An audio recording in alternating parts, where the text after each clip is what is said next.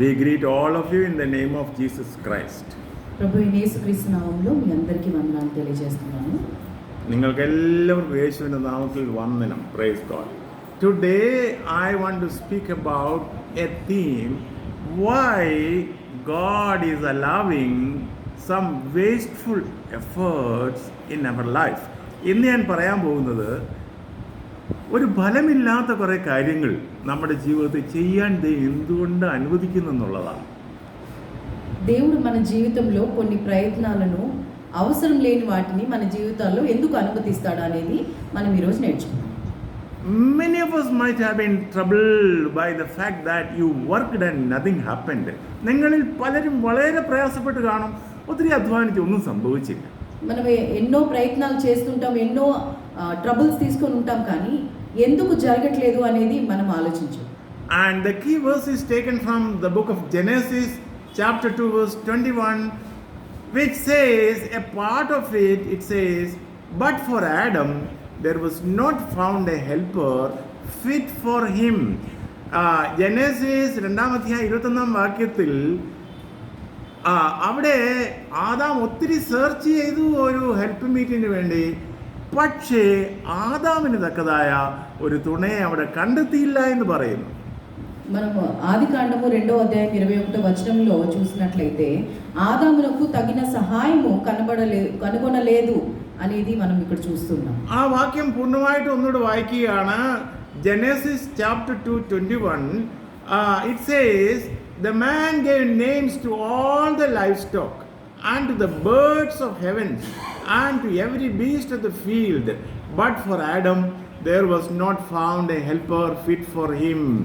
അവിടെ മനുഷ്യൻ എല്ലാ ജന്തുക്കൾക്കും എല്ലാ പറവകൾക്കും ആകാശത്തിന് കീഴെയുള്ള എല്ലാ മൃഗജാലങ്ങൾക്കും മനുഷ്യൻ പേര് കൊടുത്തെങ്കിലും മനുഷ്യന് യോജിച്ചതായ ഒരു హెల్ప్ మీటిని కണ്ടെతియిല്ല. దేవుడు ఆదామునకి దేవుడు సృష్టించిన జంతువులకు పక్షులకు పేర్లు పెట్టొచ్చు అని దేవుడు చెప్పినప్పుడు ఆయనకి తగిన సహాయము దొరకలేనట్టుగా చూస్తున్నాం. You think of a man meeting all the animals, all the birds, everything living, and what a great work it is. ഇതുപോലെ ഒരു മനുഷ്യൻ ലോകത്തിലുള്ള എല്ലാ ജന്തുക്കളെയും എല്ലാ പറവകളെയും എല്ലാ ജീവികളെയും കാണുക എന്ന് പറഞ്ഞാൽ എത്ര വലിയൊരു പണിയാണത്. ఆదాము చూసినట్లయితే ప్రతి ఒక్క జంతువు ప్రతి ఒక్క పక్షి దగ్గరికి వెళ్ళి వారి పేర్లు పెట్టడం కానీ వాటితో కలవడం కానీ కుదరని పరిస్థితిలో ఉన్నాడు ఆదాము. No zoologist, no botanist, no scientist ever has done this. ഒരു ബൊട്ടാണിസ്റ്റോ സയന്റിസ്റ്റോ ഈ ഭൂമിയിലുള്ള ആരും അങ്ങനെ ഈ ഭൂമിയിലുള്ള എല്ലാ ജീവികളെയും അങ്ങനെ ഒന്നിച്ച് കണ്ടിട്ടില്ല. ఏ సైంటిస్ట్ కానీ ఏ బొటానిస్ట్ కానీ ఇది చేసినట్లుగా మనం చూడలేదు. What a great difficult work Adam had done. ఎത്ര ప్రయాసముള്ള పనిയാണ് ఆదాం ചെയ്തത്. ఈ ఆదాం చూసినట్లయితే ఎంతో గొప్ప పనిని ప్రయాసపడి చేసినట్లుగా చూస్తున్నాం. But one thing was easy, he did not go in search for them. God brought everything to Adam. ഒരു കാര്യം വളരെ ഈസി ആയിരുന്നു, ആദാം തിരക്കി എങ്ങും പോയില്ല, ദൈവം തന്നെ എല്ലാത്തിനെയും അവൻ്റെ അടുക്കൽ കൊണ്ടുവന്നു.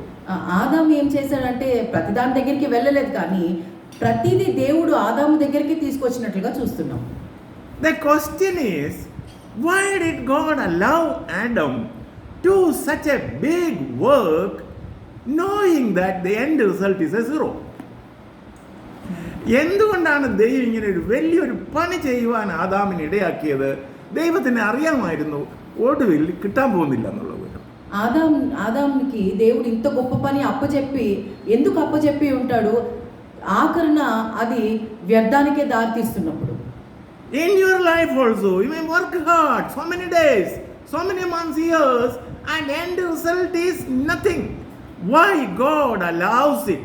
നിങ്ങളുടെ ജീവിതത്തിലും നിങ്ങൾ മാസങ്ങൾ വർഷങ്ങൾ പ്രവർത്തിച്ചിട്ട് അതിൻ്റെ ഫലമായിട്ട് ഒന്നും കിട്ടാതിരിക്കുമ്പോൾ ദൈവം എന്തുകൊണ്ടാണ് ഇതിങ്ങനെ അനുവദിക്കുന്നത് നിങ്ങൾ ചിന്തിക്കും.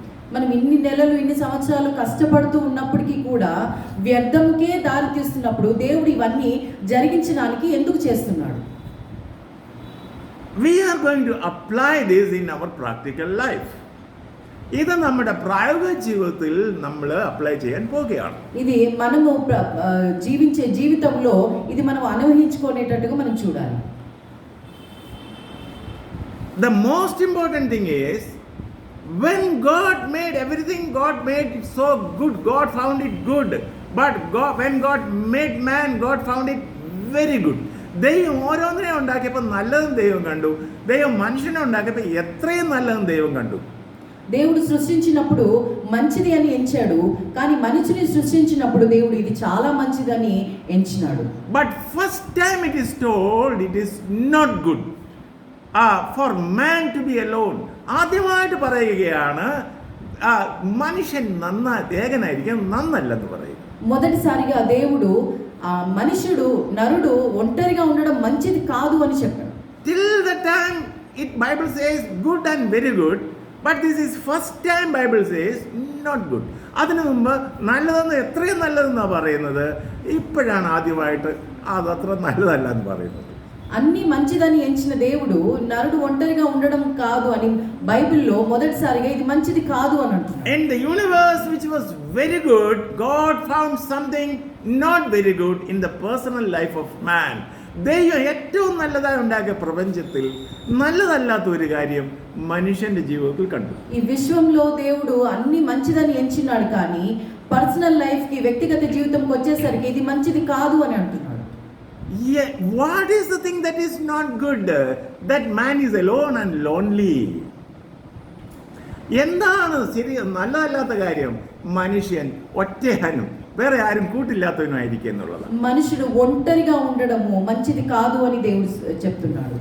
Some of you listening to this word, you must be liking loneliness. You want to be alone. Remember, it is not God's plan that you are alone.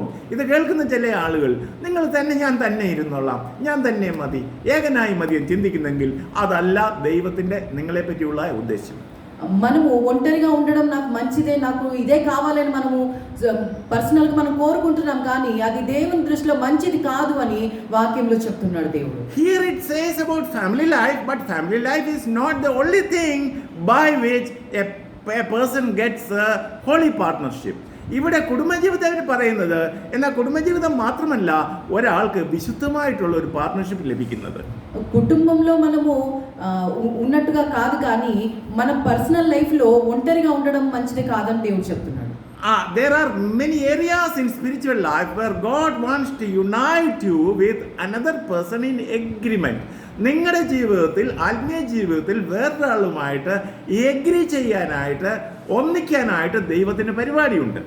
మన జీవితంలో ఒంటరిగా ఉండడం జతపరచడం అనేది ఒక అగ్రిమెంట్ తోటి దేవుడు చేయాలని కోరుకుంటున్నాడు. It is our sin that prevents us from getting an agreement with another person. നമ്മുടെ പാപമാണ് മറ്റൊരാളുമായിട്ടുള്ള എഗ്രിമെന്റ് വരാതെ വണ്ണം നമുക്കെതിരായിട്ട് നിൽക്കുന്നത്. ఒక అగ్రిమెంట్ తోటి మనము ఇంకొక పర్సన్ తోటి మనము కలిసి ఉండాలని కోరుకునేది మనం అది చేయలేకపోతున్నాం పాపం వల్ల. Jesus Christ sent the disciples 2 by 2.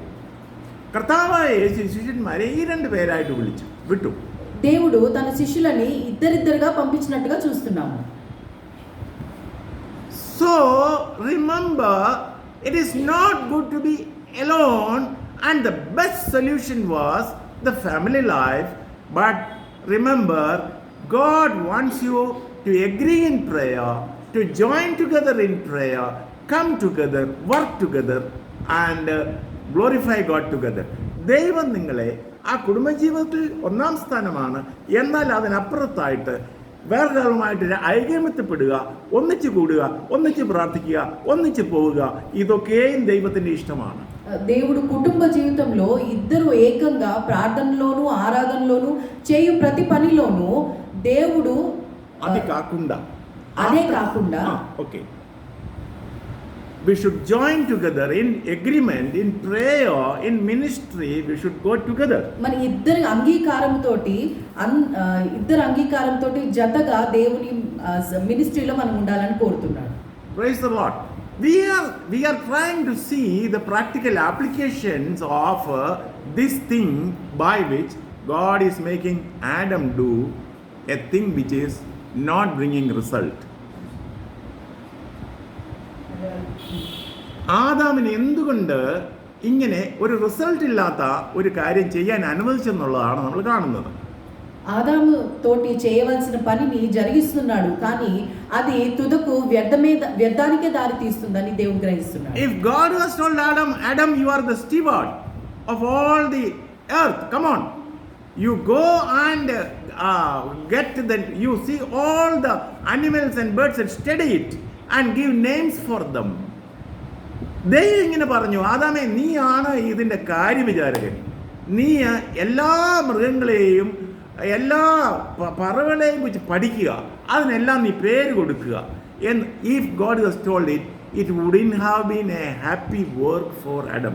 ദൈവം അങ്ങനെ പറഞ്ഞിരുന്നെങ്കിൽ അത് അവനൊരു సంతోషకరమైన వర్క్ ఆയിരുന്നില്ല. దేవుడు ఆదాంకి చెప్పినట్లుగా దేవుడు ఆదాం చేసి ఉంటే ప్రతి ఒక్క పశువులకు ప్రతి ఒక్క పక్షికి పేరు పెట్టి దాని గురించి తెలుసుకో అని దేవుడు చెప్పినప్పుడు ఆదాము చేసినట్లుగా మనం చూస్తున్నాం. Adam he wouldn't have been happy about that work. అది ఆదాంకి సంతోషంని కలిగించే సంతోషంని కలిగించే పనిగా అది ఆదాం గ్రహించలేదు. എന്നാൽ അവന് ഒരു ഹെൽപ്പർ ഉണ്ടാകാൻ വേണ്ടിയുള്ള ഒരു പണി ചെയ്തപ്പോൾ when he was doing a thing to receive a helper, he might have been happy about it. ఒకవేళ అతనికి తోడు సహాయము వస్తుంది అని అంటే అప్పుడు సంతోషంగా పని చేసేవాడేమో. The importance of search in what you want. നിനക്ക് വേണ്ടുന്ന കാര്യത്തിൽ അന്വേഷിക്കേണ്ടതിൻ്റെ ആവശ്യമാണ് ഇവിടെ ഇമ്പോർട്ടൻറ്റ്. మీకు ఏది అవసరమో అది వెతకడంలో మనము దాన్ని ప్రాముఖ్యతను కనుగొనాలి. God will give it, but you have to search. దైవం తരും, പക്ഷേ നീ അന്വേഷിക്കേണ്ടത് ആവശ്യമാണ്. దేవుడు మనకి ఇస్తాడు, కానీ అది మనం వెతకాలి. One word for all young people who are looking for partners, marriage partners. എല്ലാ യുവജനങ്ങൾക്കും നിങ്ങൾ മാരേജ് പാർട്ട്നേഴ്സിനെ നോക്കുന്നെങ്കിൽ അവർക്ക് വേണ്ടി ഒരു വാക്ക്. ఎవరైతే యవనస్తులు ఇక్కడ ఉన్నారో, ఎవరైతే పెళ్లికి సిద్ధమై ఉన్నారో వాళ్ళకి దేవుడు మాట్లాడుతున్నాడు. Don't think that the girl in the neighborhood whom you meet first will be your wife. നിന്റെ അയൽപക്കത്ത് ആദ്യമായിട്ട് ഇറങ്ങി വരുന്ന പെൺകുട്ടി നിന്റെ ഭാര്യയാണെന്ന് നീ ചിന്തിക്കരുത്. ఎవరైతే నిన్ను మొదటిగా కలుస్తారో, ఎవరైతే నీ పక్కన అందుబాటులో ఉంటారో వాళ్ళే మీ భాగస్వామిని మనం ఎంచుకోకూడదు. അതുപോലെ തന്നെ in the same way a girl should not think the boy you are meeting in the neighborhood is to be your husband. അയൽവക്കത്ത് കാണുന്ന ആൺകുട്ടിയാണ് നിന്റെ ഹസ്ബൻഡ് എന്ന് നീ അങ്ങനെ കരുതരുത്. ఆ విధంగానే అమ్మాయి కూడా ఎవరైతే ముందుగా కలుస్తుందో, ఎవరైతే ఇంటి పక్కన ఉంటారో వాళ్ళే నా జీవిత భాగస్వామిని అనుకోకూడదు. With prayer and with Bible based meditation you need to wait for God and search for God. പ്രാർത്ഥനയാലും വചനപ്രകാരമുള്ള ധ്യാനത്താലും നാം ദൈവത്തിനു വേണ്ടി കാത്തിരിക്കേണ്ട ഒരു കാര്യമാണത്. ప్రార్థన ద్వారా బైబిల్ వాక్యము ద్వారానే మనము దాన్ని వెతకడంలో నిమగ్నమై ఉండాలి. Amen. There has to be work from our part even though God is providing it. നമ്മുടെ ഭാഗത്ത് നിന്ന് പണി ആവശ്യമാണ്, ദൈവം നമുക്ക് തരികയാണെങ്കിലും. మనము చేసే దేవుడు ప్రొవైడ్ చేస్తాడు, కానీ మన పని మనము చేయాలి. Because vegetables are available cheap, people say why should we cultivate vegetables? പച്ചക്കറികൾ ചന്തയിലുള്ളത് കൊണ്ട് നമ്മൾ ഇനി എന്തിനാണ് വെജിറ്റബിൾസ് ഉണ്ടാക്കുന്നതെന്ന് പലരും ചിന്തിക്കും. మనకి కూరగాయలు తక్కువ రేట్లోనే దొరుకుతున్నాయి, మనం ఎందుకు పంటలు పండించుకోవాలి అని అనుకుంటున్నాం. However, some children will think, however I write, I will get good marks, teacher will give. Why should I study? నేను ఏ విధంగా చదివినా నాకు మంచి మార్కులే వస్తాయి, నేను దానికోసం నేను ఎందుకు కష్టపడి చదవాలి అని అనుకుంటున్నాను. But what I want to say is, our work also is important. നമ്മുടെ ദൈവസന്നിധിയിലെ പ്രവൃത്തി വളരെ പ്രധാനമാണ്. దేవుని దృష్టిలో నా పని ఎంతవరకు ఉందో అనేది మనం గ్రహించాలి. Amen. It is very important. God will provide, but you have to do your work. దేవుడు మనకి ప్రొవైడ్ చేస్తాడు, కానీ మన పని మనము నిజంగా చేయాలి. Amen. Are you ready? The resurrected Jesus appeared on the shore, in the shore of the sea. കർത്താവായ യേശു ഉയർത്തതിനു ശേഷം അവിടെ കടൽക്കര പ്രത്യക്ഷപ്പെട്ടു. యేసు ప్రభు తిరిగి లేచినాక సముద్ర తీరాన కనపడినట్టుగా చూస్తున్నాం. And some disciples were there catching fish. അവിടെ മീൻ പിടിക്കുന്ന ശിഷ്യന്മാരുണ്ടായിരുന്നു. కొంతమంది శిష్యులు చేపలు పట్టడంలో నిమగ్నమై ఉన్నారు. But full night they tried to catch, they had nothing. రాత్రి ముഴുവൻ పిടിച്ചെങ്കിലും ഒന്നും കിട്ടിയില്ല. రాత్రంతా ఎంతో ప్రయత్నం చేశారు కానీ వాళ్ళకి ఏమీ దొరకలేదు. In the morning Jesus came and guided, come on, you do like this on this, put the net, and they got big catch. രാവിലെ കർത്താവ് വന്ന് അവരെ ഗൈഡ് ചെയ്തു, വലിയ ക്യാച്ച് കിട്ടി. దేవుడు ఉదయాన్నే ఇక్కడ వల వేయండి అని వాళ్ళని గైడ్ చేసినప్పుడు అక్కడ వల వేసినప్పుడు వాటికి విస్తారమైన చేపలు పట్టినట్టుగా దొరికినట్టుగా చూస్తున్నాం. More than that, when they came to the shore, Jesus had already prepared breakfast with fish and whatever is needed, it was on burning charcoal. അതുമാത്രമല്ല, അവർ കരക്കിറങ്ങിയപ്പോൾ കർത്താവ് അവർക്ക് വേണ്ടി ബ്രേക്ക്ഫാസ്റ്റ് ഓൾറെഡി ഉണ്ടാക്കിയിരുന്നു. അവിടെ കനലിന്മേൽ ചുട്ടതായ മീനും വേണ്ടുന്ന എല്ലാം ഉണ്ടായിരുന്നു. దేవుడు మన ఆల్రెడీ ఏదైతే వాళ్ళకి సిద్ధపరిచున్నాడో బ్రేక్ఫాస్ట్ అనేది వాళ్ళకి ఆల్రెడీ సిద్ధపరిచి ఉన్నాడు దేవుడు. The question is, why did God allow them to work the whole night if Christ was preparing breakfast for them? എന്തുകൊണ്ടാണ് ദൈവം അവരെ രാത്രി മുഴുവൻ കഷ്ടപ്പെടാൻ അനുവദിച്ചത്? കർത്താവ് അവർക്ക് വേണ്ടി ബ്രേക്ക്ഫാസ്റ്റ് ഉണ്ടാക്കുകയായിരുന്നെങ്കിൽ దేవుడు రాత్రంతా వాళ్ళని ఎందుకు పని చేయించాడు ఉదయాన్నే వాళ్ళకి breakfast సిద్ధపరిచినప్పుడు? The message is, God will provide everything for you, but you do the work for God to the best you can. ദൈവം നിങ്ങൾക്ക് എല്ലാം തരും, എന്നാൽ നിങ്ങൾ ചെയ്യേണ്ടതായ പണി നിങ്ങൾ ചെയ്യണം. దేవుడు మనకి సిద్ధపరిచేది సిద్ధపరుస్తాడు, కానీ దేవుని కొరకు మనము పనిని దేవుని కొరకు చేయాలి. Shall we pray in our hearts, Lord, I submit to do your assignment, even though it is not from our work I am going to get. കർത്താവേ, അവിടുന്ന് എനിക്ക് തന്ന അസൈൻമെൻറ്റ് ഞാൻ ചെയ്യാം, പക്ഷെ ഞാൻ ചെയ്യുന്നതിനല്ല ഞാൻ ജീവിക്കാൻ പോകുന്നത്. దేవుడు మనకి సిద్ధపరిచిన పని, మనకు అసైన్ చేసిన పనిని దేవుని కొరకు మనం చేయవలసిన వారంగా ఉంటున్నాం. But remember that you are going to live not by your work but by God's grace, yet you need to do your work. ഓർക്കുക, നീ ജീവിക്കാൻ പോകുന്നത് നിന്റെ പണി കൊണ്ടല്ല, ദൈവത്തിൻ്റെ കൃപ കൊണ്ടാണ്. എങ്കിലും നിന്നെ ഏൽപ്പിച്ച പണി നീ ചെയ്യുക. నీ పని వల్ల నువ్వు జీవించడం లేదు, కానీ దేవుని కృప వలన మాత్రమే దేవుడు నీకు చేసిన కార్యములను బట్టి నువ్వు జీవిస్తున్నావు.